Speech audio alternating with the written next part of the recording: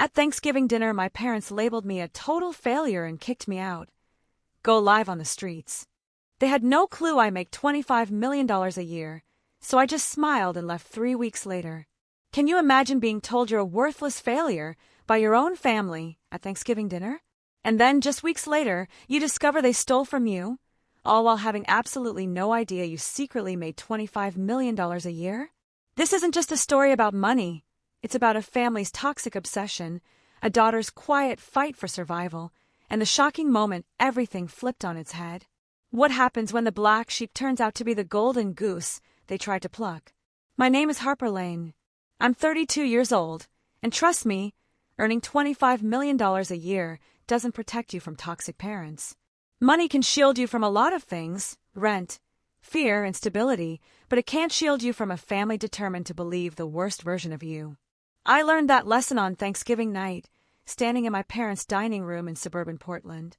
I was surrounded by people who had already decided exactly what happened, exactly who I was, and more importantly, who I wasn't. The house itself looked the same as always. Warm lights, cinnamon candles, the comforting smell of roasted turkey. But the atmosphere, you could practically slice it with a knife. The long mahogany table was crowded. My grandparents were at the far end. My aunts were whispering behind their wine glasses, and my cousins were glued to their phones. And then there was Chloe, my younger sister, glowing in the center like the sun.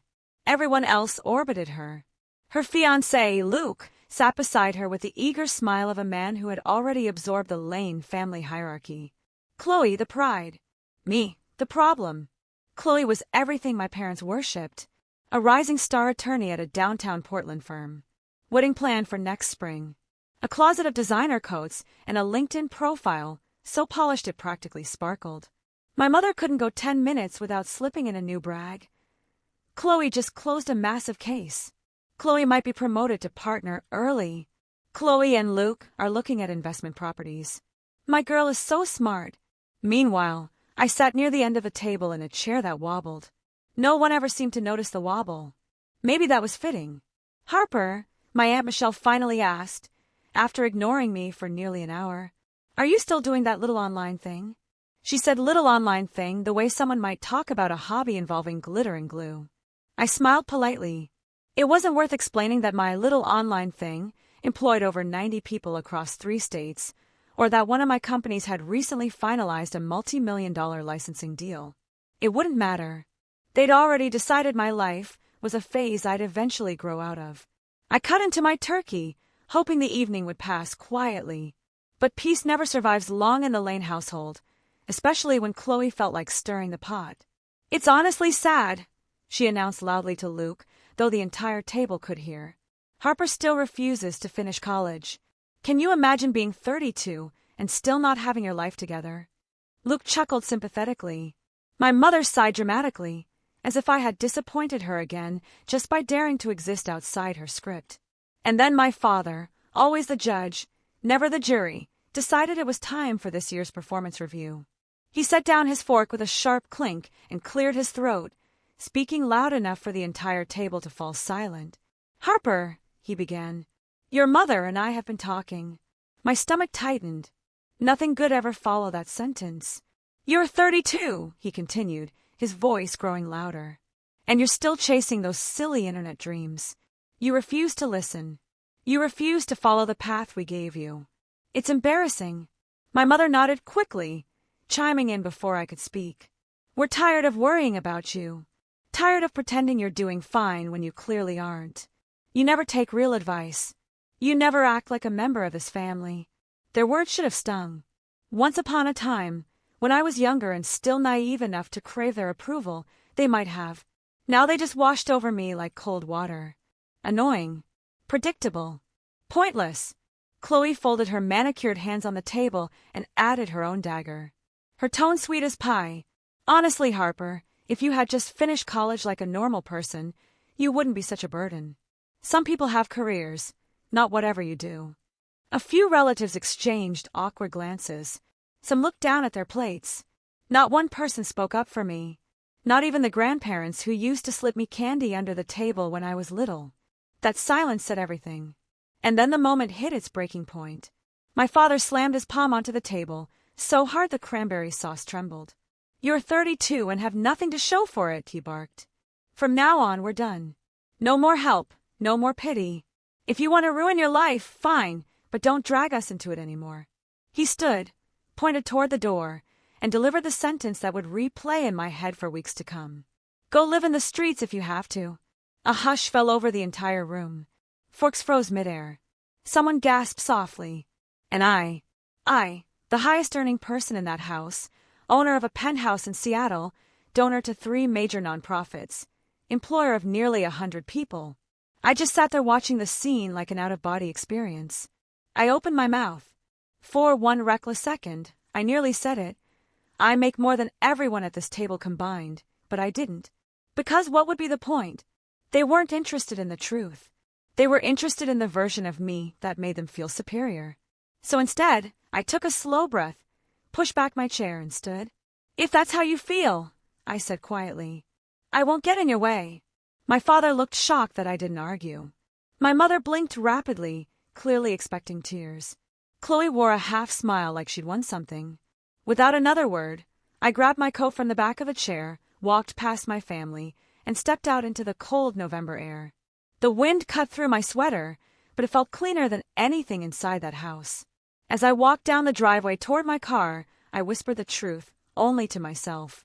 They have no idea I make $25 million a year. I opened the door, climbed inside, and started the engine. If you grow up hearing the same story about yourself over and over again, eventually you start to wonder whether it's really your story, or a script someone forced into your hands long before you understood what any of it meant. Driving away from my parents' house that Thanksgiving night, the cold seeping through my coat, it hit me how deeply that script had been carved into my life. Their outburst wasn't new. Their disappointment wasn't new. Their humiliation wasn't new. It had been building for years, layer by layer, comment by comment, expectation by expectation, until it became the only language my family knew how to speak to me. So, I guess we need to go back. Back to where the Lane family image first started strangling the Lane family reality. Back to when I was 16, and still naive enough to believe families were supposed to feel like safety, not performance. My parents, Daniel and Rebecca Lane, came from modest, hardworking backgrounds.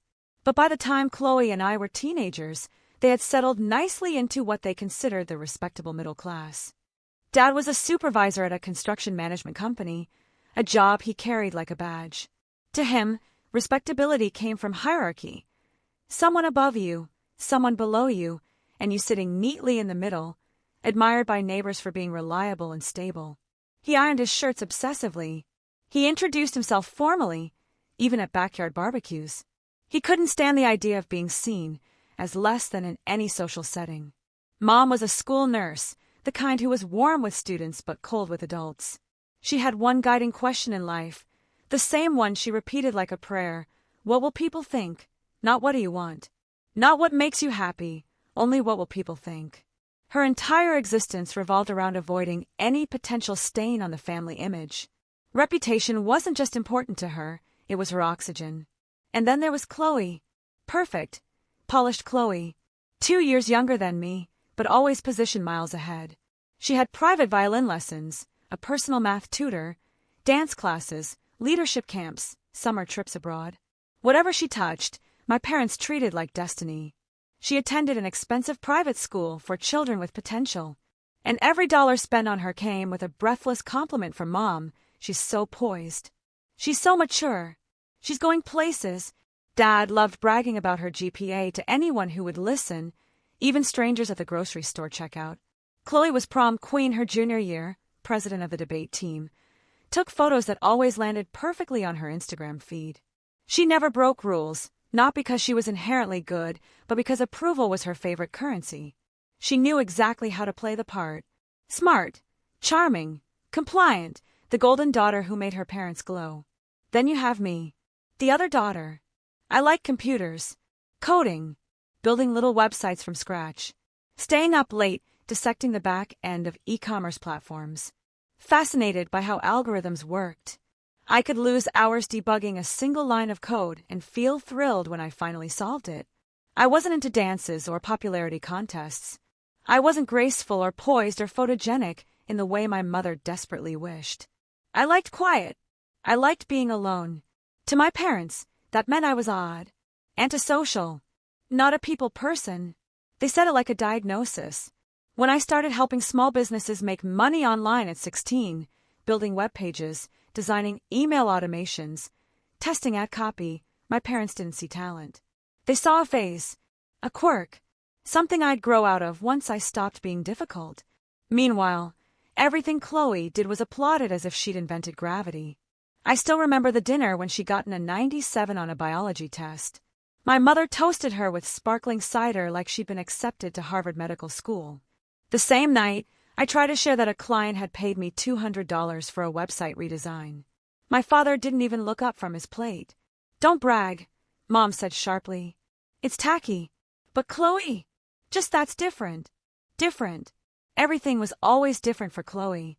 The turning point, the moment my family decided who I would be for the rest of my life, came during my second year of college. I had gotten into a business program mostly because my parents insisted college was the only path to respectability. I tried. I really did. But lectures felt like cages.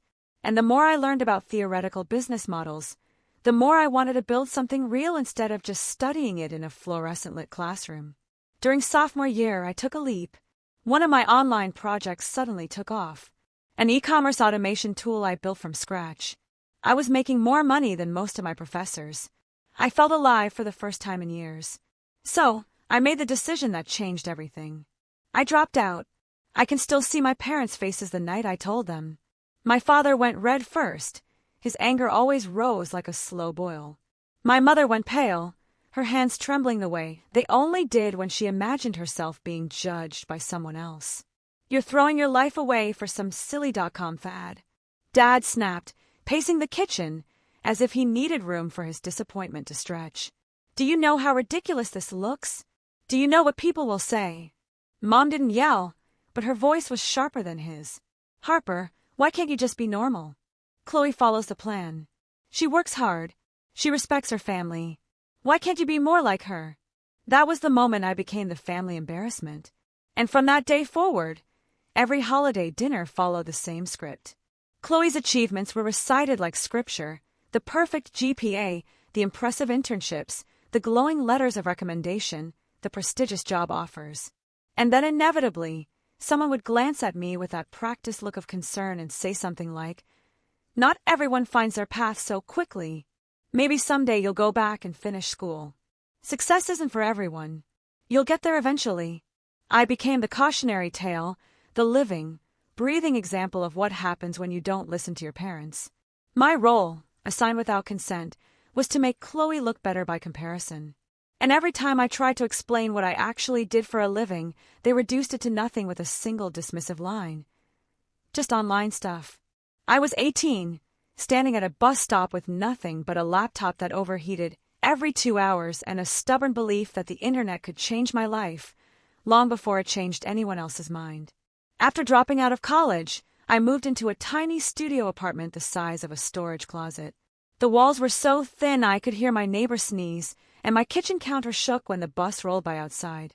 There was no safety net, no emergency fund, no family cushioning my fall, no one offering backup plans. I spent the mornings doing freelance design work, the afternoons fixing broken Shopify themes for small businesses, and the nights teaching myself everything I could get my hands on. Coding, funnels, paid ads, email automation, consumer psychology, AI/B testing, search engine optimization, analytics, dashboards. I devoured it all like oxygen. My 20s were a blur of glowing screens, cheap coffee, and too many notebooks filled with scribbled flowcharts. I worked, sometimes 3 jobs at once, freelance in the morning, consulting for a struggling startup in the afternoon, then staying up past 3 a.m. building software tools I wasn't even sure anyone would want. I lived on instant ramen, microwave vegetables, and whatever leftovers clients handed me after late-night meetings. The hustle wasn't glamorous. It was survival. But it was mine. And what mattered most was that I never, not once, asked my parents for $1. I refused to give them the satisfaction of saying, "I told you so." If I failed, it would be on my own terms.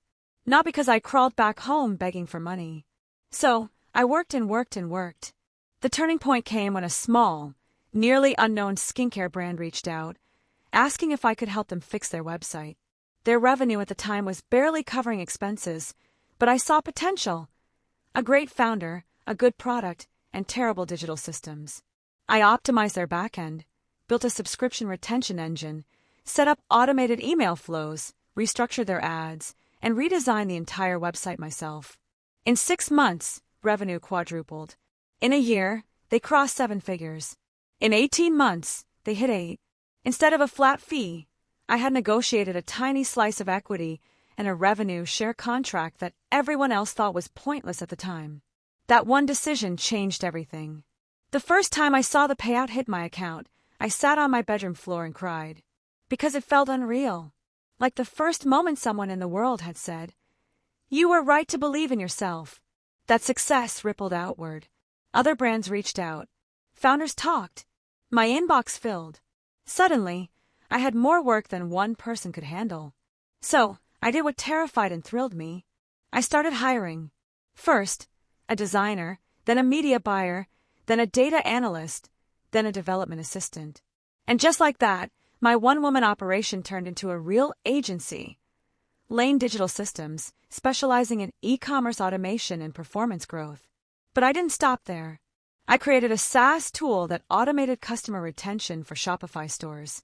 Originally a passion project I built at 2 a.m. while eating cold pizza, I launched it quietly, expecting maybe a handful of clients. It exploded. Within 6 months, it had thousands of paying users. Within a year, it became the backbone of half a dozen mid-sized brands. From there, everything scaled. 3 more companies branched out under my umbrella, one specializing in AI-driven ad optimization, another offering white-label automation systems for agencies, and a consulting firm for founders transitioning from 6 to 7 figures. With each year came new income streams, licensing deals, subscription revenue, retainer contracts, data partnerships. I diversified as aggressively as I worked. By the time I turned 30, Lane Systems had grown into a quiet empire that no one outside my clients, partners, and employees really knew existed. I built it intentionally that way, under the radar, private, controlled. Now at 32, my life looked nothing like the failure narrative my parents clung to. I lived in a penthouse overlooking the Seattle waterfront, paid in full before my 30th birthday. Floor-to-ceiling windows, a home office with custom-built screens and a private server rack, a balcony with a view of the ferries gliding across Elliott Bay. I had a real estate portfolio of rental homes in Washington, Oregon, and Texas. I had a stock account that my younger self wouldn't have believed, even if she saw the numbers herself. And each year, after expenses, investments, payroll, and taxes, my personal profit still hovered around $25 million. But none of that, not one part of it, was known to my parents. They had absolutely no idea. Part of it was practical. The second they smelled money, they would have tried to control it, claim credit for it, or tap into it. My parents loved 2 things above all else, Chloe and image. If they knew I made millions, they would have twisted my success into something that made them look good. We raised her, right? We always knew she was smart, and then used it to boost Chloe even further. But the bigger part, they simply never asked. They didn't ask what I did, didn't ask how my work evolved, didn't ask about clients, projects, tools, teams, anything. Every time I tried to explain in the early years, they shut me down with the same lines. It's not a real career. It's unstable. It's not respectable. Eventually, I stopped trying. So, I told them I did marketing, freelance, online stuff, website consulting, vague enough to avoid questions, boring enough to shut down further conversation. And Chloe, she didn't care what I did. She only cared that whatever it was, it put her above me in the family hierarchy. She never once, not once asked, "How's your business? What are you building? What are you excited about?" My success had no place in the image they curated, so it simply didn't exist to them. Looking back, maybe that was my first mistake.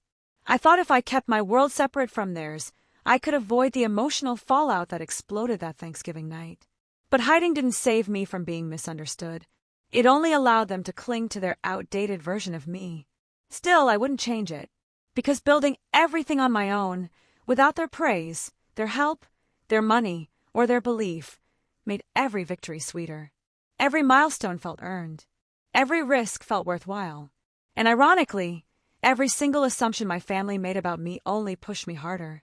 Maybe some part of me did work those late nights just to prove them wrong in the quietest, most powerful way possible.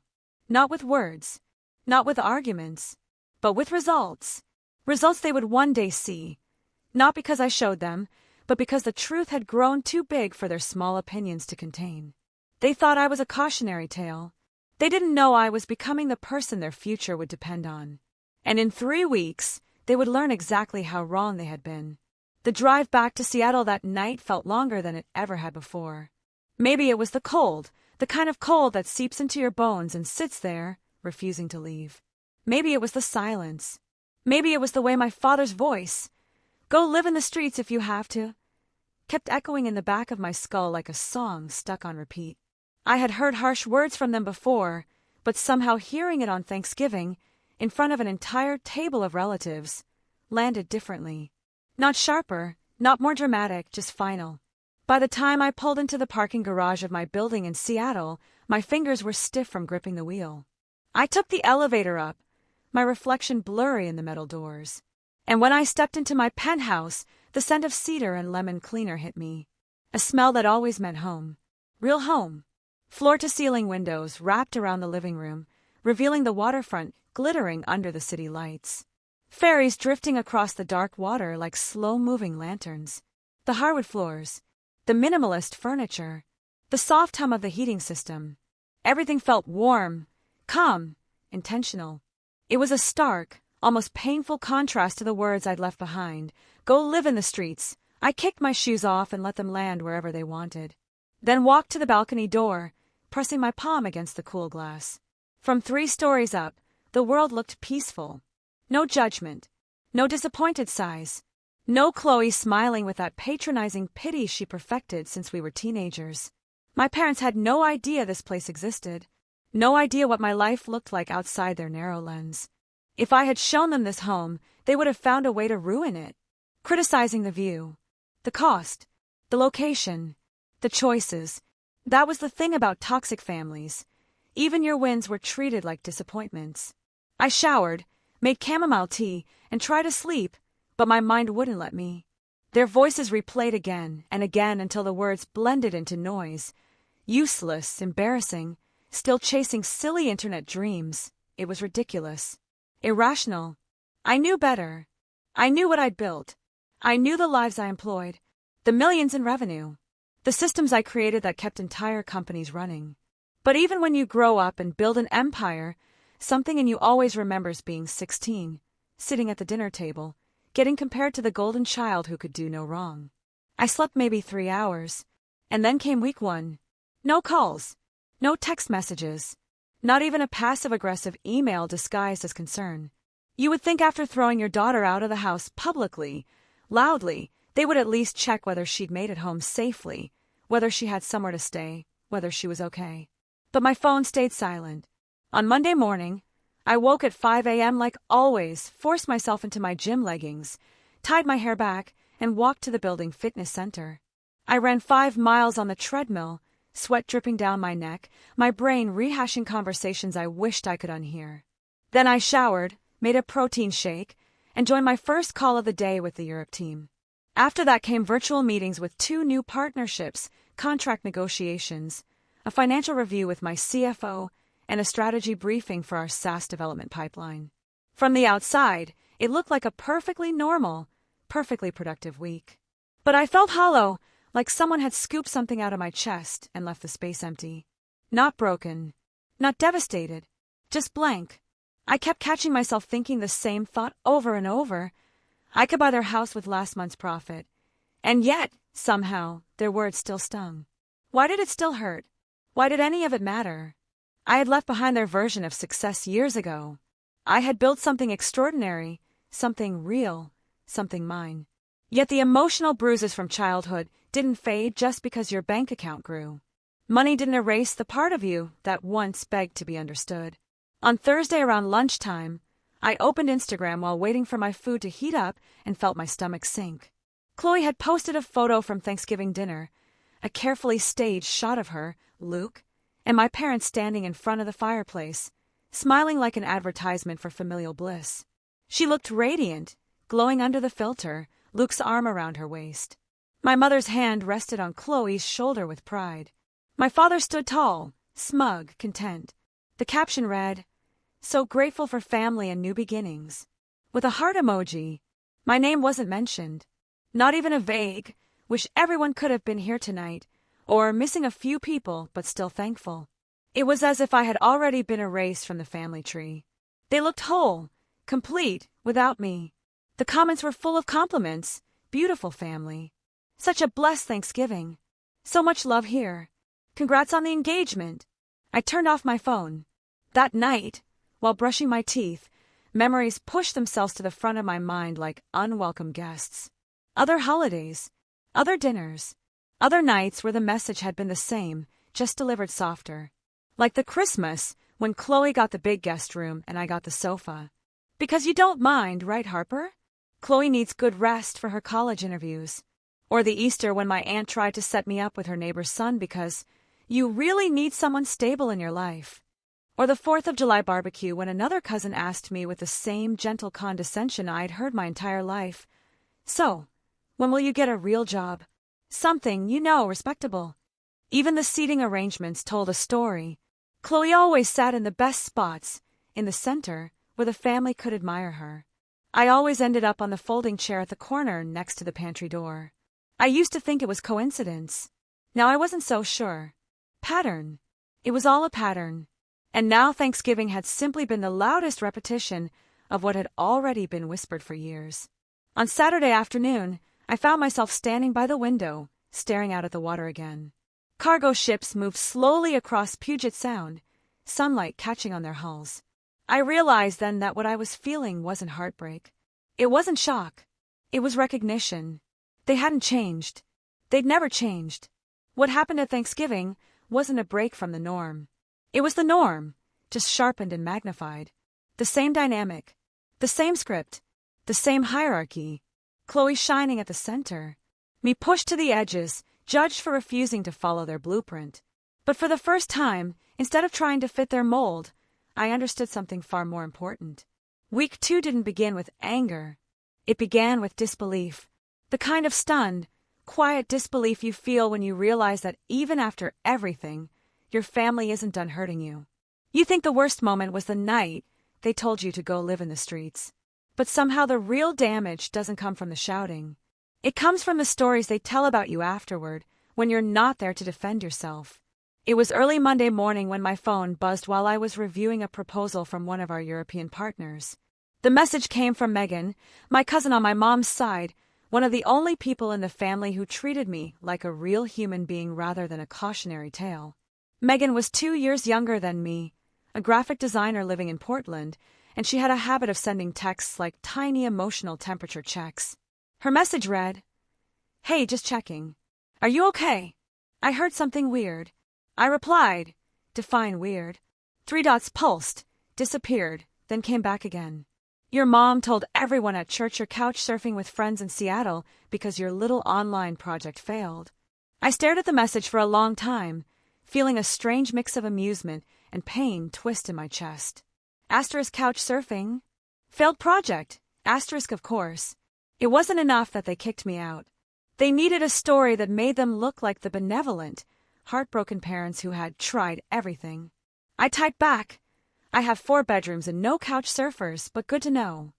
Megan sent back a supportive curse word, then added, "I'm sorry.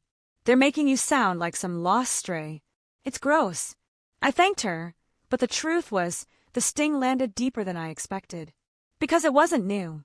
This was how my family operated when faced with something uncomfortable. They rewrote reality, until they became the heroes and I became the problem. Over the next few days, more pieces of their narrative trickled in through people who cared enough to warn me. Apparently, my mother had stood in the middle of her church group, One of those weekly circles filled with women who traded prayer requests and gossip with the same breath, and sighed heavily as she painted a portrait of her wayward, stubborn daughter. "Harper refuses to accept help," she'd said with a trembling voice, as if she were the victim of a daughter's cruelty rather than the perpetrator of a lifetime of emotional erasure. "She's lost. She keeps chasing these online schemes. We had no choice but to let her fall so she can learn. Let her fall, as if they hadn't shoved me first." By Wednesday evening, Megan sent another update. A photo snapped discreetly from behind a row of chairs. In it, my mother stood in front of a small circle of women, clutching her sweater like a grieving widow. The women around her leaned in, nodding sympathetically, comforting her, validating her pain. The caption Megan added under the photo was, "I'm sorry. This is the performance she's giving." I stared at the picture for a long time, feeling something inside me go cold. Not angry, not even sad, just cold, because I finally understood something I had never wanted to admit. My parents didn't just misunderstand me. They needed me to fail. They needed that narrative to keep their own image polished and uncracked, to explain away every bad parenting choice, to justify their obsession with Chloe. Speaking of Chloe, she wasn't just participating, she was thriving in the aftermath. One of her friends from law school, Lexi, posted a story on Instagram, a brunch photo with mimosas and avocado toast, and Chloe laughing with the confidence of someone who had never actually been challenged in her life. The caption under it, tagging Chloe reading, about family stuff. "Harper really spiraled, huh?" Chloe had replied in the comments, "Some people just don't understand responsibility." And then in another comment, "We warned her MLMs weren't a real career." MLM, she told people I was doing MLM. Not marketing, not tech, not SaaS, not automation labs, not the multi-million-dollar empire I'd built from nothing. MLM, that was an ignorance. That was malice. I put my phone down and exhaled slowly. The kind of breath that feels like it's leaving your soul, not your lungs. They weren't just letting me go. They weren't just cutting me out. They were rewriting who I was into something that made sense to them. Something beneath Chloe, beneath their ideals, beneath their expectations. They needed the world to believe I was floundering so that they wouldn't have to question the story they'd spent years building, the golden daughter and the failure. And of course, what better way to elevate Chloe than to cast me as the disaster, the warning sign, the example of what happens when you don't follow the plan, the daughter who couldn't measure up, the one who justified every ounce of favoritism they'd poured into her. I went through the motions that week, meetings, workouts, but the weight of their narrative settled over me like fog. Not because I believed them, not because any of it was true, but because I had lived long enough in their world to know how powerful perception can be. If they controlled the story long enough, people would believe them. People already were. But as that realization crystallized, something else rose quietly beneath it. Something stronger, steadier, colder determination. Because I had spent years hiding my success, not to protect myself, but to protect them. To avoid their meddling. To avoid becoming their trophy. To avoid their questions and expectations and greed. But now they were using me, my silence, my distance, my privacy, as an empty canvas to paint themselves as victims and saints. And that was the moment I made a quiet decision. If they wanted a narrative war, I could give them one. Not through pettiness, not through shouting, not through petty online posts, but through truth. And the truth, once revealed, would shatter every lie they had built. Week 2 wasn't just painful. It was clarifying. Because once you realize your family would rather destroy your reputation than confront their own failures, there's only one path left to take. You stop trying to earn their love, and you start preparing to earn your freedom. Week 3 didn't arrive gently. It didn't knock or whisper or announce itself the way emotional hurt usually does. It crashed into my life like a quiet explosion. Silent, contained, but devastating in its precision. In the first week, they erased me. In the second, they rewrote me. In the third, they stole from me. Or worse, they used me. It happened on a Tuesday morning around 6:40 a.m. I had just finished a call with my London team when a new email slid into my inbox with the subject line, "Urgent confirmation required regarding your guarantee on the Lane home renovation loan." At first, I thought it was spam, a scam, phishing, something automated that slipped past filters. But the sender wasn't suspicious. It was from a law firm in Portland, one that handled mid-sized real estate financing and family lending. My stomach tightened. I clicked it open. Dear Mississippi Lane, we are reaching out to confirm your continued willingness to act as co-signer and guarantor for the Lane residence renovation and expansion loan, originally filed July 12, 2 years ago. Due to adjusted interest terms, we need your written approval within 10 business days. I reread the paragraph 5 times, each slower than the last. Asterisk cosigner, guarantor, asterisk no. No, absolutely not. I had never co-signed anything for my family. I would have sooner lit my own credit score on fire. I grabbed my phone, dialed the number from the email, and waited. A paralegal picked up, cheerful and oblivious to the implosion happening inside my chest. I kept my voice level. Professional. Hi, this is Harper Lane. I'm calling regarding an email about a renovation loan. I think there's been a mistake. She typed. Papers rustled. Oh, yes, Mississippi Lane. We have you listed as guarantor. Let me pull up the original documents. I paced toward the window as she searched. My pulse thudded in my throat. When she returned, her tone was confident. Prepared. Final. Yes, here it is. The loan was approved with 3 signatures. Daniel Lane, Rebecca Lane, and you as guarantor. Amount, $380,000. My hand tightened around the phone. I never signed anything. A pause, then the sound of pages flipping. Well, the paperwork is here.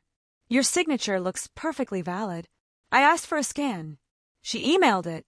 I opened it instantly. My heart dropped into my stomach. It was my name, my handwriting, my signature. Except it wasn't. It was an imitation, good enough to fool a bank. Someone had forged my signature. My parents had forged my name on a $380,000 loan. It felt like the room tilted sideways.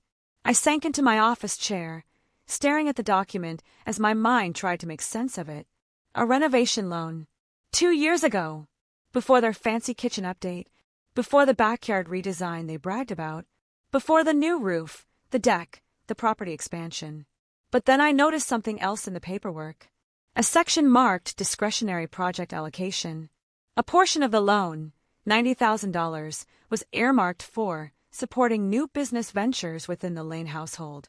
New business ventures. My blood iced. Chloe, I texted Megan immediately. Me. Hey, random question. Did Chloe ever mention how she funded her boutique? Megan, OMG. Why? Me, just answer. Megan. She told everyone it was smart family financing. Said your parents believed in her vision. Me. Did she say that at Thanksgiving? Megan, yep. Your dad bragged about it. Our Chloe is on track to open her own practice. Family teamwork makes dreams work. Then she added, Megan, don't tell me what I think you're about to tell me. Me.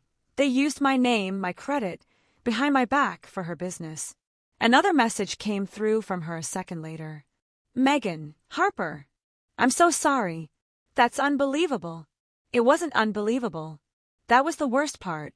It was exactly believable. Because this was the pattern, too. Them investing in Chloe at all costs. Them sacrificing anything, anyone for her success. Them treating her dreams like destiny and mine like mistakes. But forging my signature on a massive loan wasn't favoritism. It was fraud. My phone buzzed with a text from an unknown number. It was my mother. Coincidence? No. Megan probably messaged her. Word traveled fast in our family. Mom's message read, Harper, honey, I heard the bank reached out. Don't overreact. It's just paperwork. You make good money online. You'll be fine. This was for the family. For the family. I stared at the sentence until it blurred. Then she sent another message. Chloe is our future. You know that. Supporting her, supporting all of us. No apology. No explanation. No shame. Just entitlement. Pure, unfiltered entitlement. In her mind, my financial identity was theirs to use. My credit score was a tool for their convenience. My success, however they imagined it, existed only to serve the golden child. The anger hit me, so fast it stole my breath. Not loud anger, not the screaming kind. Cold anger. Precise. Steady. Focused. Because in that moment, everything crystallized. They didn't just consider me useless. They didn't just erase me. They didn't just lie about me. They used me. Used my name. Used my stability. Used my financial credibility without my permission to secure a loan that benefited Chloe, not me. They stole from my future to fuel hers.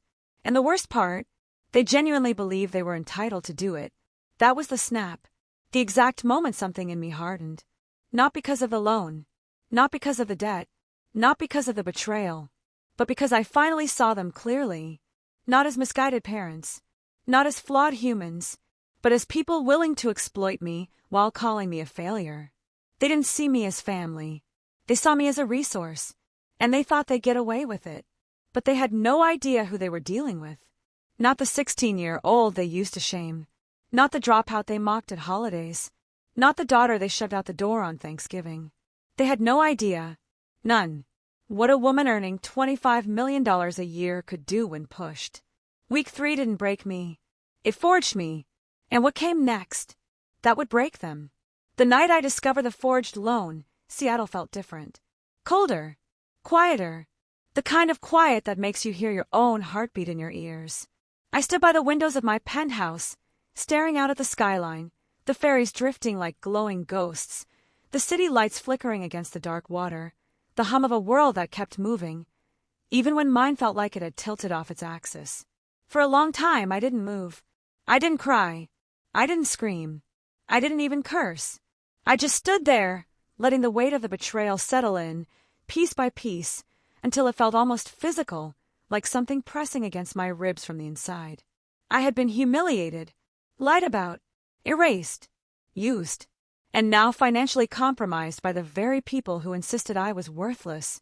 And for the first time in my life, I didn't feel like swallowing it.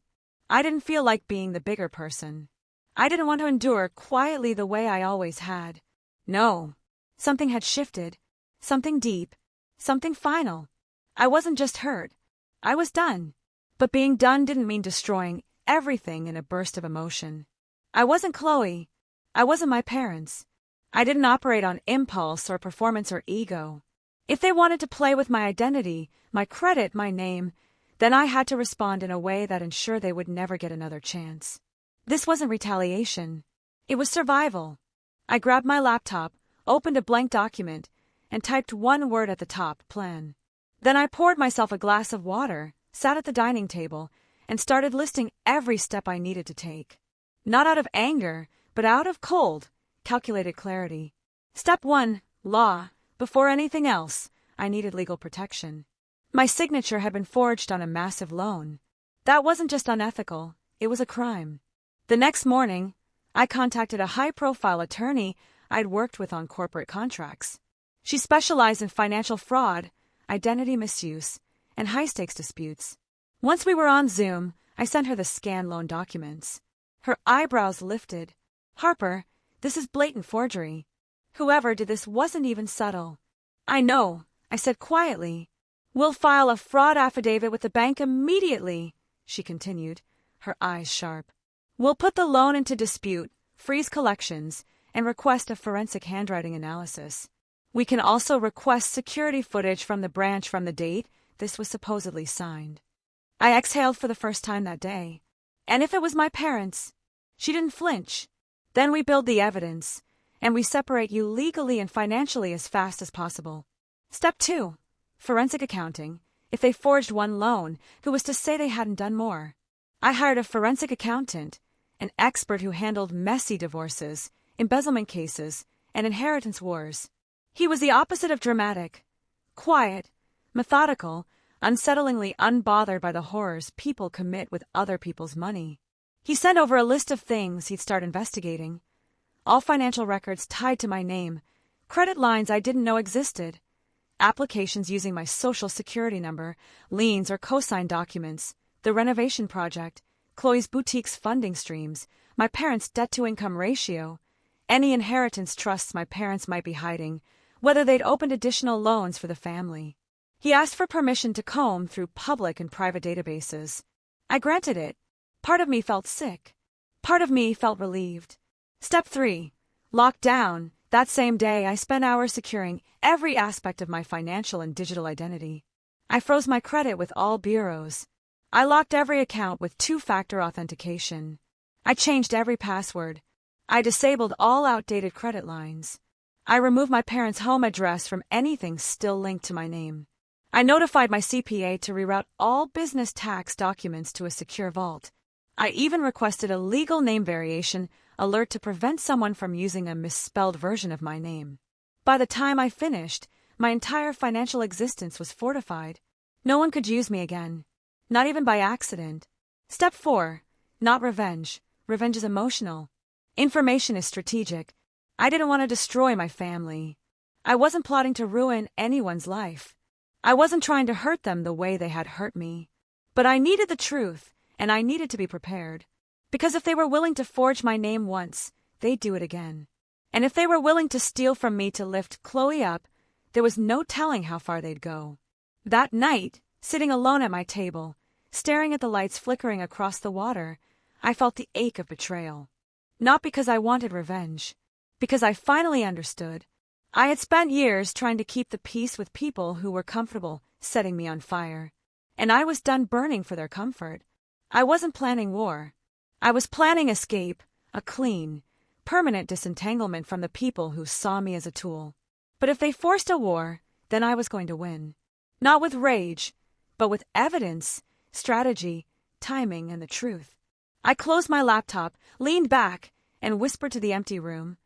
They already set the house on fire. I'm just making sure I don't burn with it. And that was the moment the long game began. Week 4 didn't feel like recovery. It felt like ignition. Like something inside me finally clicked into place, sharp and certain, after years of being sanded down to fit a narrative that was never mine. Once the legal work was in motion, and the forensic accountant began peeling back layers of my family's finances, something unexpected washed over me. Focus. Not the frantic, survival-focused intensity of my early 20s. Not the numb productivity of week 1. But a deeper, cleaner, more powerful focus. The kind you get when you stop apologizing for your existence. I dove back into work with a clarity I hadn't felt in months, maybe years. I woke up at 4:05 a.m. instead of 5. I beat the sunrise to the gym. I hit my stride before my team even logged on. It felt like I'd shed a skin I didn't realize I'd been trapped in. The pain of the third week sharpened something in me, honed it, stripped away the last pieces of hesitation. Harper rebuilds her power, but quietly. Within days, I was deep into expansion plans I had previously put on hold. Not because I wasn't ready, but because I had been distracted by the fantasy that one day my family would see me differently. Not anymore. I greenlit the opening of a satellite office in New York to cater to our East Coast clients. At the same time, my operations lead in Austin finalized a lease for a second hub, an innovation studio focusing on AI integrations for retail automation. It had been an idea sitting in my notebook for months, waiting for the right time. Apparently, betrayal creates perfect timing. Within 2 weeks, we secured a partnership with a major retail conglomerate, a deal worth 8 figures over 3 years. I flew out to their headquarters, walked into a glass boardroom overlooking the city, and met friends and founders. Nervous. They didn't know about my family drama. They didn't need to. They saw competence, strategy, execution. The version of me my parents refused to see. Recognition. But on my terms. Success attracts attention. The same week the retail deal became official, I was invited to appear on a top-tier podcast for women in tech and entrepreneurship. The host, a well-respected figure in Silicon Valley, asked questions no one in my family had ever asked me. How did you stay disciplined in your early 20s? What would you tell younger women who are underestimated? What's the biggest misconception people have about your field? Misconception? Easy. That it's not real until someone else deems it legitimate. She nodded with quiet understanding. Then came a feature request from a major business magazine. They wanted to spotlight under 35 female founders who had built multi-million-dollar companies quietly without venture capital. I accepted, but with one condition: no mention of my family, no names, no backstory that tied me to them. My achievements didn't belong to them, and I wasn't going to give them the satisfaction of writing my newfound visibility. Then the investigators' report dropped. It arrived on a Friday night, a folder of PDFs, spreadsheets, asset breakdowns, and reconstructed financial histories. I poured a cup of tea, sat on my couch, and opened the first file, and then the next, and then the next. With every page, my jaw tightened. My parents were drowning. Their renovation loan was months behind schedule. The interest was snowballing. Their house, the one they kicked me out of, was listed as collateral. Dad's business, Lane Home Remodeling, had been bleeding money for over a year. Bookings were down, suppliers unpaid, tools aging, contracts falling through. They were 3, maybe 4 months from default. And then there was Chloe. Her boutique, her practice, her pride, her statement to the world was hemorrhaging cash. The storefront she rented was in a high-cost arts district. Her branding was gorgeous. Her marketing was flawless. But the business fundamentals? Rotten. Her expenses were double her revenue. She'd hired too many people too soon. She was behind on payroll, behind on taxes, behind on everything. And worst of all, a massive portion of the renovation loan, tied to my forged signature, had been quietly funneled into Chloe's failing business. The investigator included screenshots and bank traces. It wasn't incompetence. It wasn't an accident. It was deliberate. They were using my name, my financial identity, to prop up the golden child's collapsing dream. I didn't cry, didn't shake, didn't rage. I felt nothing at first. Then something else rose. A sharp, clean, dangerous clarity. The opportunity arrives. On Sunday morning, I received an email from a private equity firm I had invested with the previous year, a group specializing in acquiring distressed properties and failing small businesses. They wanted to offer me a first look at a new acquisition list before it went to public bidding. I opened the document. My heart stopped. There it was. Lane Home Remodeling, listed as a high-risk, distressed asset likely to default within 90 days. Collateral, the Lane family home, plus adjacent property lot. And below that, under Related Holdings, a small commercial lease linked to a boutique spa/boutique practice owned by C. Lane. Chloe's business, both drowning, both tied to the same forged loan, both about to collapse. The firm planned to purchase the assets at a steep discount, pennies on the dollar, then sell or reallocate them to new investors. I knew how this worked. I'd invested in deals like this myself. Quiet acquisitions, clean transitions, no emotion, just numbers. Suddenly, I saw the whole path unfold like a blueprint. If the loan defaulted, and it would, if the property went into distress, and it was, and if the firm acquired it, highly likely, I could step in as a silent investor, own the house my parents worshipped, own the business my father claimed was his legacy, own the commercial lease Chloe bragged about, own everything they leveraged my identity for. Not out of vengeance, not out of spite, out of consequence, because they wrote me out of the family. They erased me, they stole from me, and now they were about to learn the most poetic truth. When you live off someone you call useless, you should pray they never realize their worth. I closed the email slowly. For the first time in my life, I didn't feel small. I didn't feel like the forgotten daughter, or the black sheep, or the disappointment.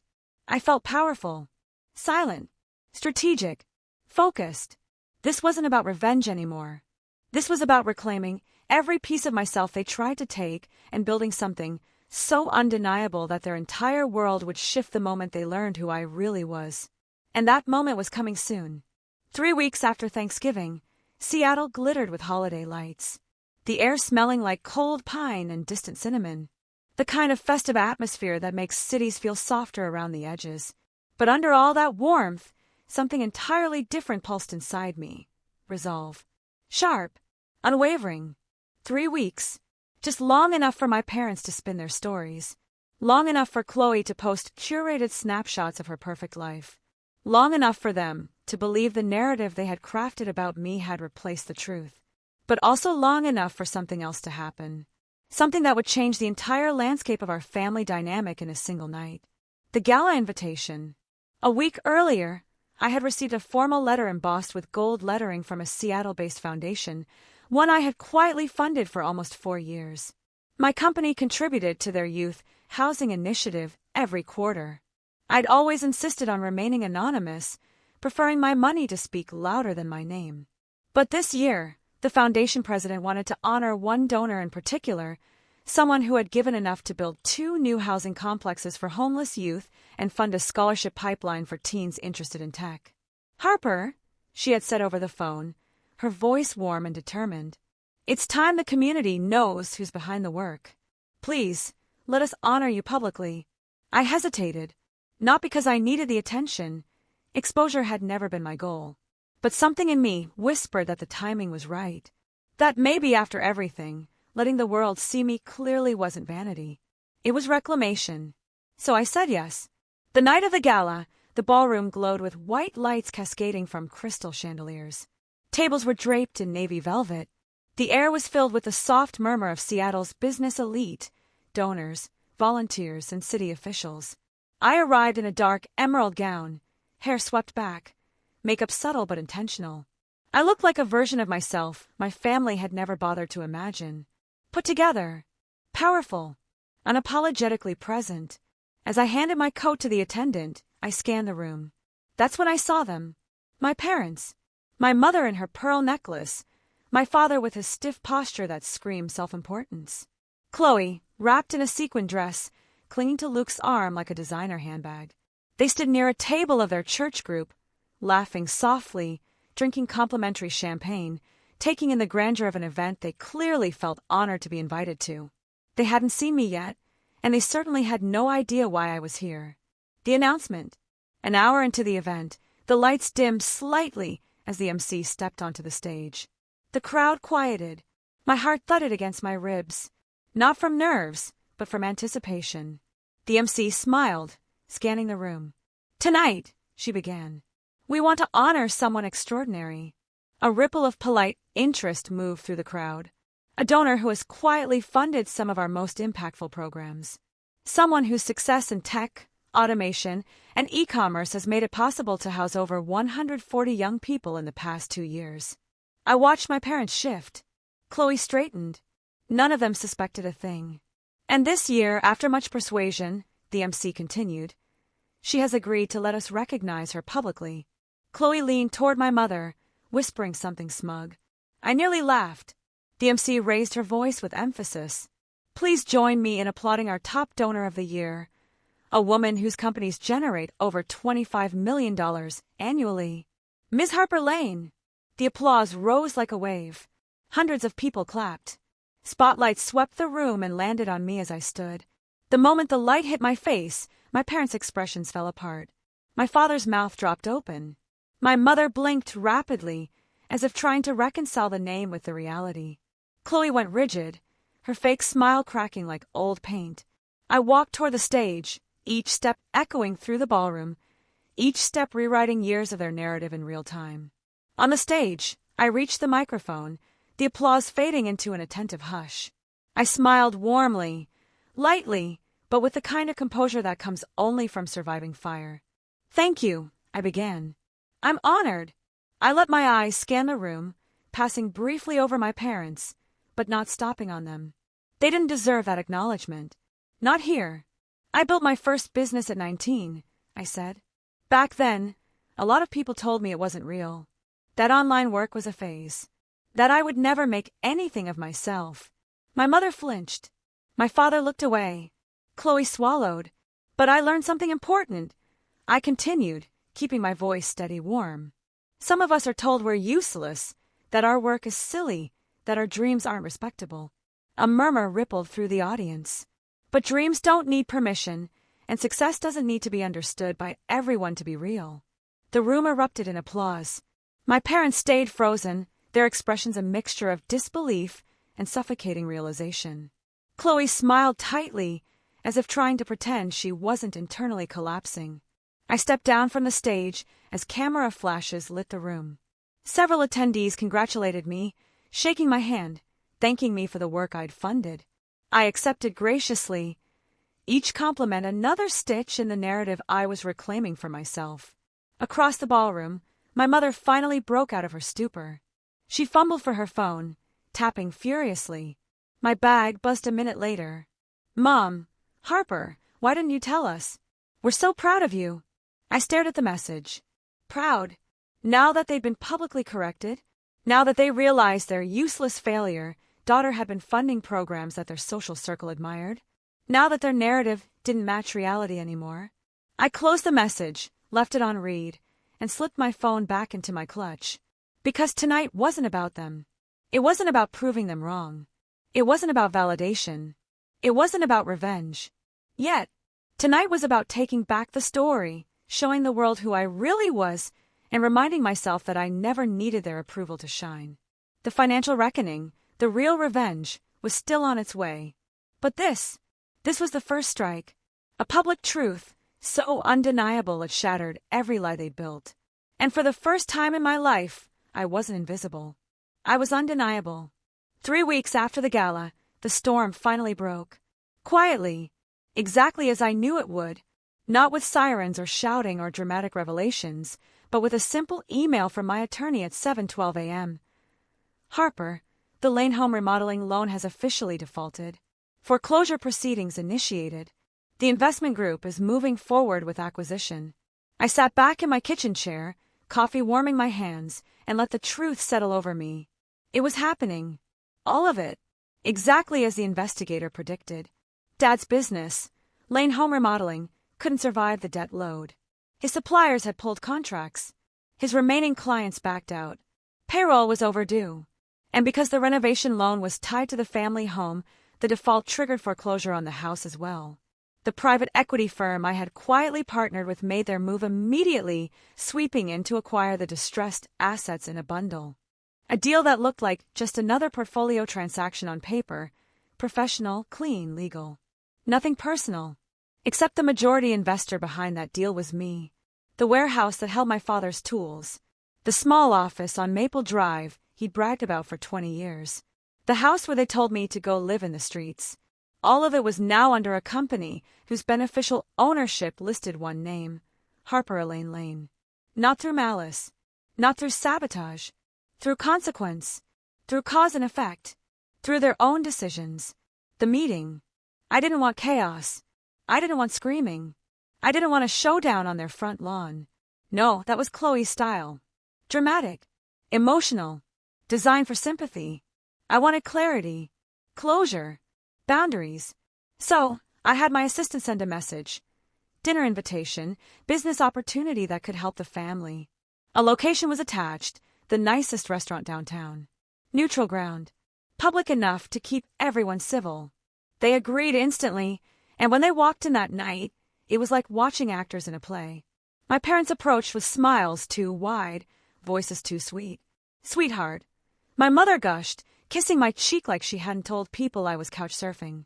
We're so excited to see you. My father shook my hand like a man greeting a CEO he desperately wanted to impress. We've heard amazing things, Harper. Just amazing. Chloe leaned close, her voice syrupy. That speech at the gala, incredible. We should totally collaborate.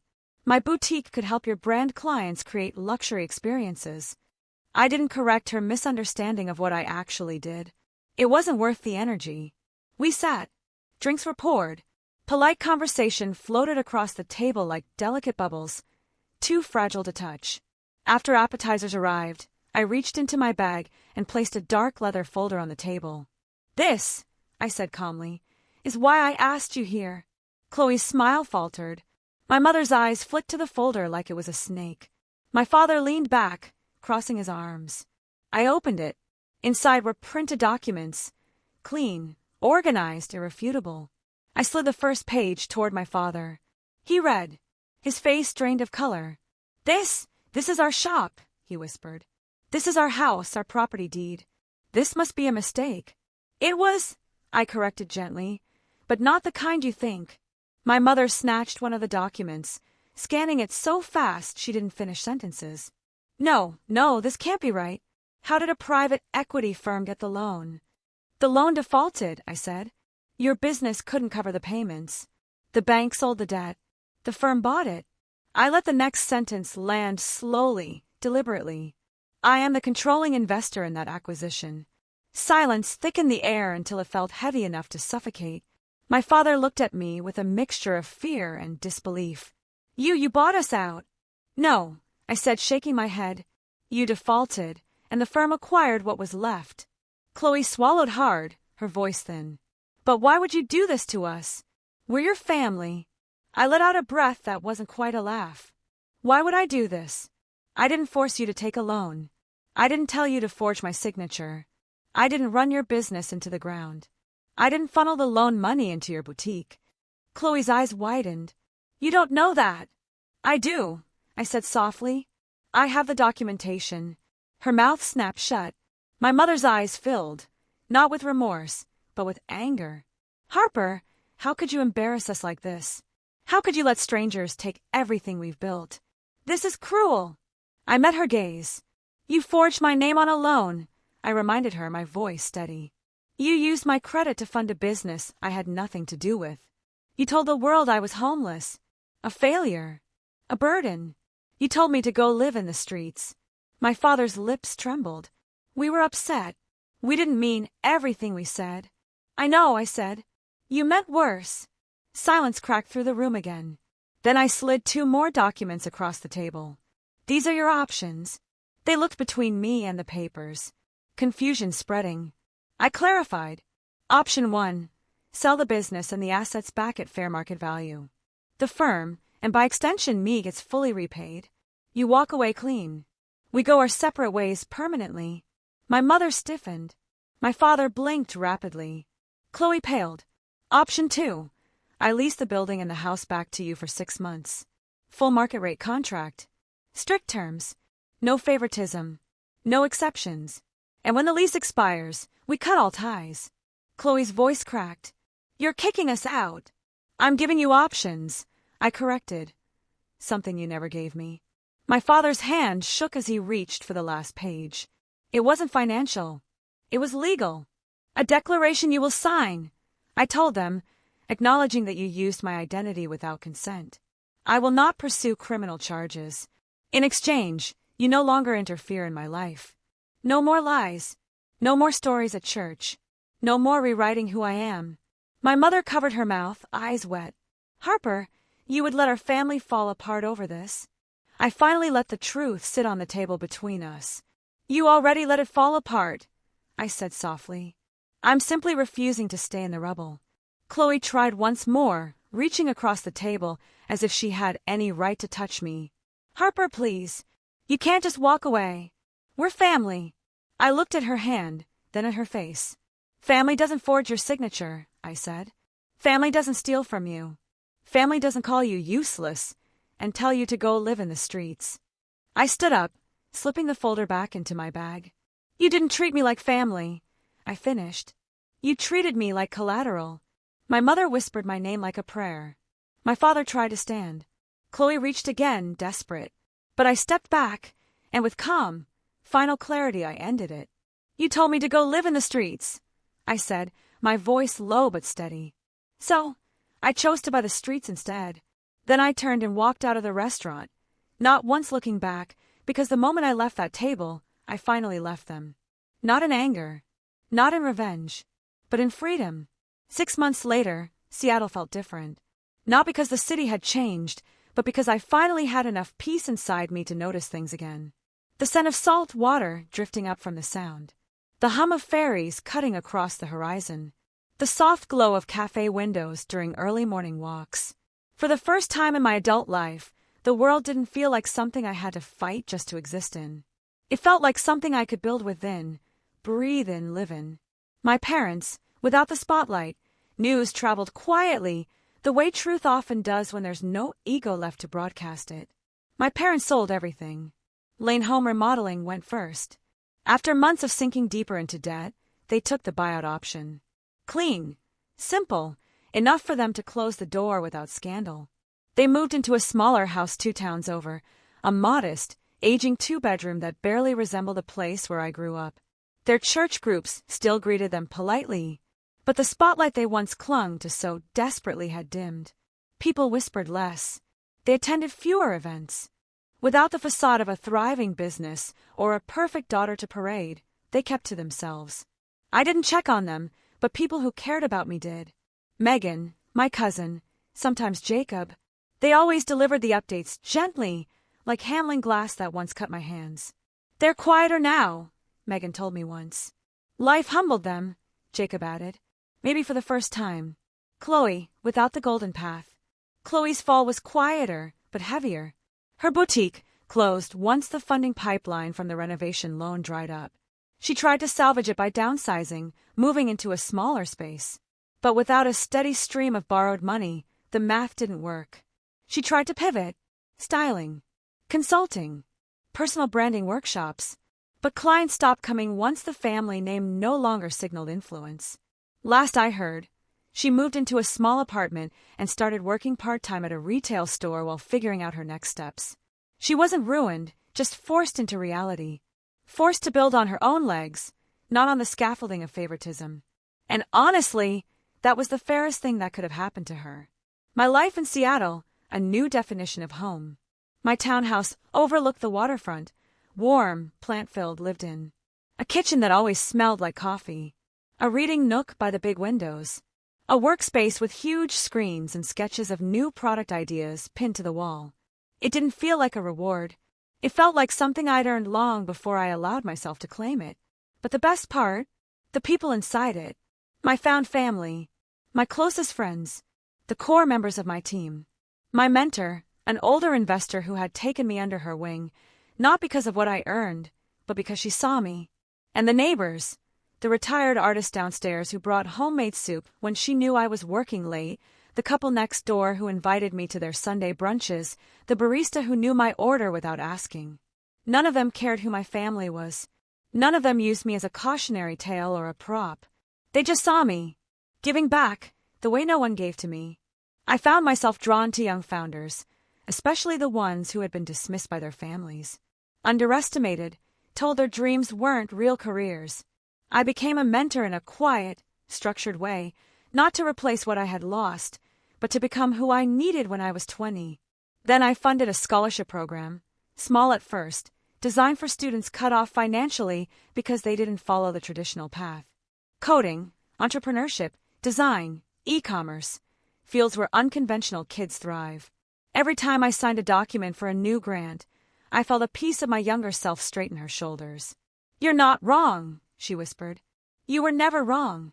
Friendsgiving, a table where I finally belong.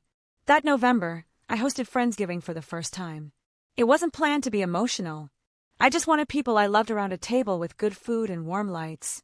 But when everyone arrived, Jacob with his homemade pie, my mentor with a stack of handwritten cards, my team members with laughter and loud energy, I felt something shift in my chest, a fullness I had never felt at the Lane family table. Halfway through dessert, someone asked quietly, "Do you ever miss them?" The room fell silent. I thought about it honestly, took my time. Sometimes, I admitted, swirling my glass gently. I miss the idea of them. A few nods around the table. But I don't miss the version of myself I had to be around them. I don't miss being told my life doesn't count. The table seemed to exhale. A shared understanding. A shared release. Walking through what I built.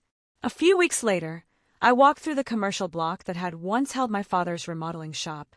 The building had new tenants now. Small businesses run by people hungry to create something real. A bakery, a design studio, a small fitness space. The economic life blooming there didn't belong to the Lanes anymore, but it didn't belong to me either. It belonged to people building something from scratch. Honestly, ethically, passionately. I smiled, letting the winter air brush against my face. They wanted me to live in the streets, I thought. Instead, I invested in them, the final truth. Healing didn't come from revenge. It didn't come from buying businesses or turning tables or walking away victorious. Healing came from finally standing in a life I built without apology. A life not measured by their approval. A life that didn't rise or fall on their validation. A life where I finally stepped out of the line they forced me into. Because the truth is this, I didn't just survive being thrown out. I stepped out and built a life where their opinion doesn't pay the bills, doesn't define my worth, and definitely doesn't decide where I get to call home. This whole journey taught me so much about what family truly means and how to define your own success. I'd love to hear your thoughts. Have you ever had to draw a hard line with family to protect yourself or your dreams? What did you do? Let me know in the comments below.